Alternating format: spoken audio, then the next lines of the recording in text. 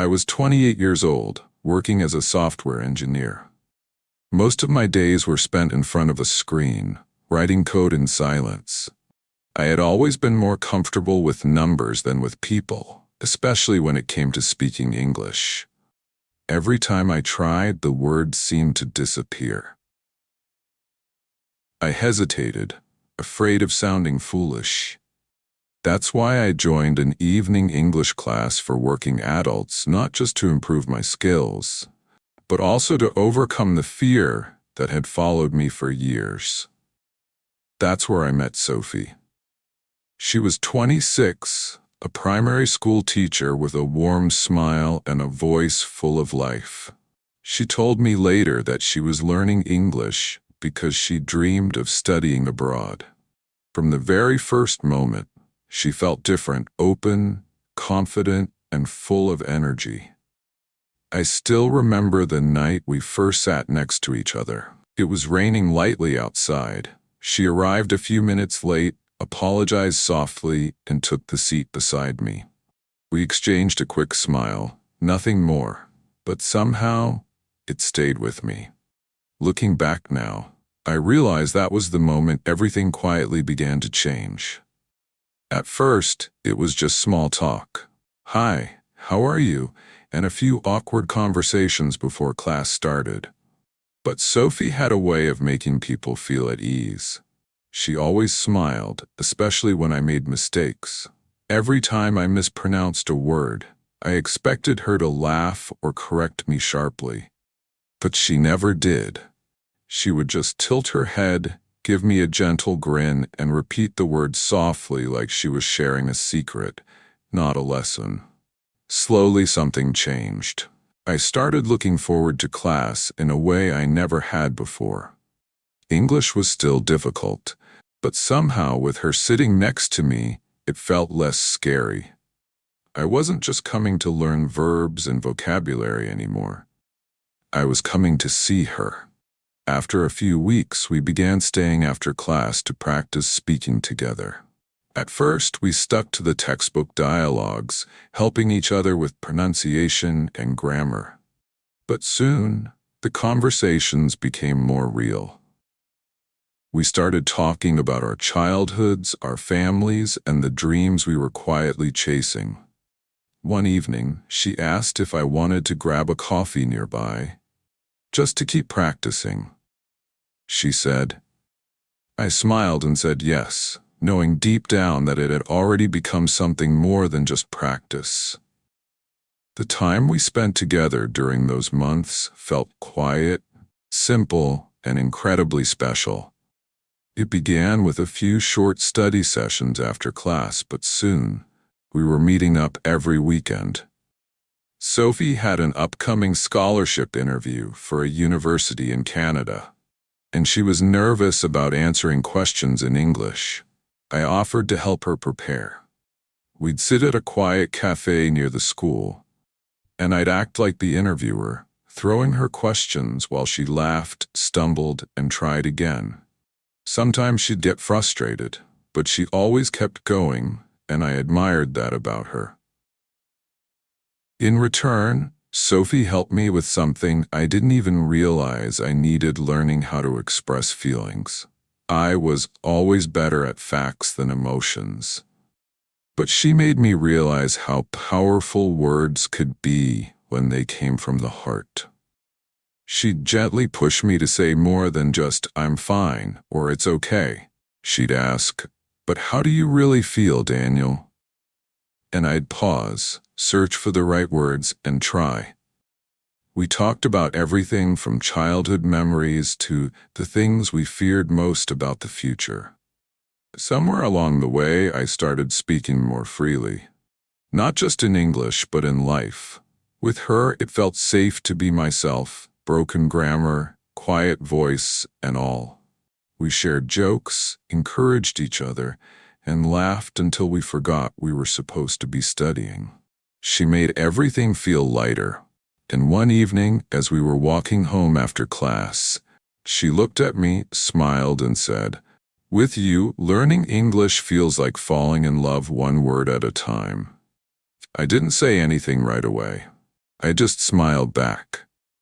But inside, I knew exactly what she meant, because I felt it too. Everything changed the day Sophie received an email with the subject line, "Congratulations, full scholarship award." She had been accepted into a master's program in Canada, the same dream she had told me about on our second coffee together. I still remember her eyes lighting up when she read the message aloud, her hands shaking just a little. I smiled, said all the right things, told her how proud I was, and I meant it. But deep inside, a quiet sadness settled in, one I didn't quite know how to name. Over the next few weeks, we tried to stay positive.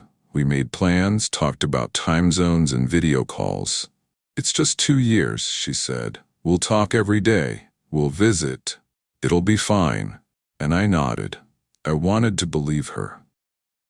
I wanted to be strong for her. But as her departure date grew closer, a kind of distance began to grow between us, not physical, but emotional. There were pauses in conversation we didn't know how to fill. Some smiles started to feel forced. We began having small arguments. Nothing dramatic, just tension, just uncertainty. And underneath it all was a fear neither of us wanted to say out loud. What if love wasn't enough?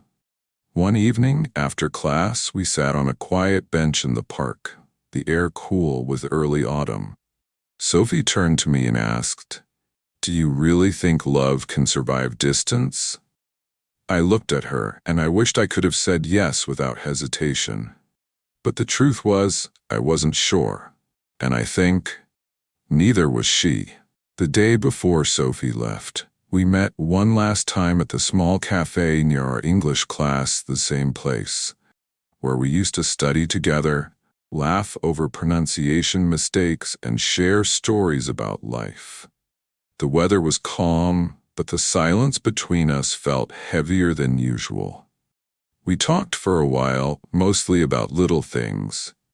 She told me what she had packed, which books she was bringing, and how excited her parents were. I smiled and told her to send me photos of the snow in Canada. But behind every smile was something quieter, a soft sadness we both tried to ignore. When it was time to say goodbye, I walked her to the door. She looked at me, her eyes a little wet, her voice a little shaky. For a moment, I wanted to say something big, something that would stop time, but I didn't. Instead, I looked at her and said softly, "Follow your dream. If love is meant to be, it will find its way back." She didn't say a word. She just reached out and pulled me into a hug, long, warm, and full of everything we couldn't say out loud. We didn't make promises. We didn't talk about the future. But in that quiet moment, I think we both knew.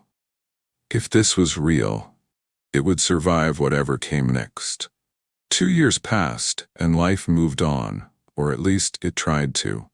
I continued going to class, then later started practicing on my own. My English improved. I became more confident at work, more comfortable speaking up in meetings, and even started helping new students who were just as nervous as I once was. But no matter how much time passed, I never stopped thinking about her. I still kept the little notebook we used to share, the one filled with vocabulary lists, inside jokes, and doodles she made during boring grammar lessons. Sometimes I'd flip through it and smile, wondering how she was doing. Then, one quiet afternoon, as I was checking emails on my lunch break, I saw her name. The subject line read, "Coming back." The message was short. "Hi Daniel, I'm coming back to visit this summer. Coffee?" I read it 3 times. Then I smiled. Maybe love really does find its way back. Looking back, I never imagined that learning English would lead me to someone like her. It all started in a simple classroom, with shared textbooks and quiet conversations. But from those small moments, something beautiful grew. I've learned that love doesn't always come with promises or perfect endings. Sometimes, love is letting someone go so they can chase their dreams and believing, deep down, that if it's meant to be, they'll find their way back. And maybe, just maybe, English isn't just a language. Sometimes it's the bridge between two hearts.